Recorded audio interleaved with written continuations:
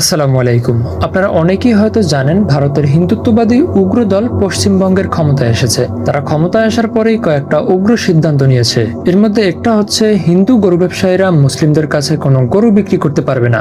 গোমাতাকে পারা যাবে না, তাহলে বিহারে তো ফিরে গড় দিতে পারতো মোদি ফিরে গড় দিতে পারতো, তো তাহলে তো আমরা সবাই সম্মেলন করে আমরা তো গরু চালাতো। ওদের কুরবানিটা ওদের করতে দাও, আমরা বাঁচি। আমাদের আর ঘুম নেই, রাত্রে ঘুম নেই, চিন্তায় মাথা খারাপ হয়ে যাচ্ছে।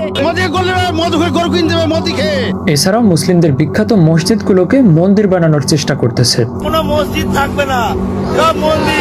এর সাথে সাথে মুসলিমরা রাস্তায় নামাজ আদায় করতে পারবে না, এর জন্য কঠোর ব্যবস্থা নেওয়া হয়েছে। আর এই সিদ্ধান্তগুলোর মূল উদ্দেশ্য হচ্ছে ভারতের মুসলিমরা যাতে বাধ্য হয়ে বাংলাদেশে চলে আসে, যেভাবে মিয়ানমারের রোহিঙ্গা মুসলিমরা বাধ্য হয়ে বাংলাদেশে চলে এসেছিল।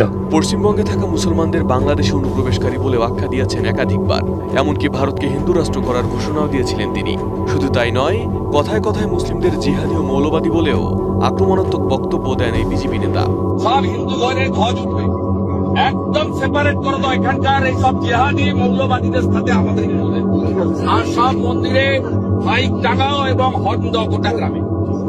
প্রত্যেক শাক বিতরণ করো, ধর্ম পরিবর্তন করতে হবে। এখনো পর্যন্ত ওরা ধর্ম পরিবর্তন করতে হবে। এমনটা যদি ওনাদের উদ্দেশ্য থাকে, তাহলে ভারত সরকারের কাছে আমি বলবো যাতে ভারতের পশ্চিমবঙ্গকে দুই ভাগ করা হয়। এক ভাগ ভারত নিবে, আরেক ভাগ বাংলাদেশ নিবে। আর এটা মেনে নিতে না পারলে আমরাও আপনাদের মতো আমাদের বাংলাদেশের হিন্দুদেরকে ভারতে পাঠিয়ে দিতে বাধ্য হব।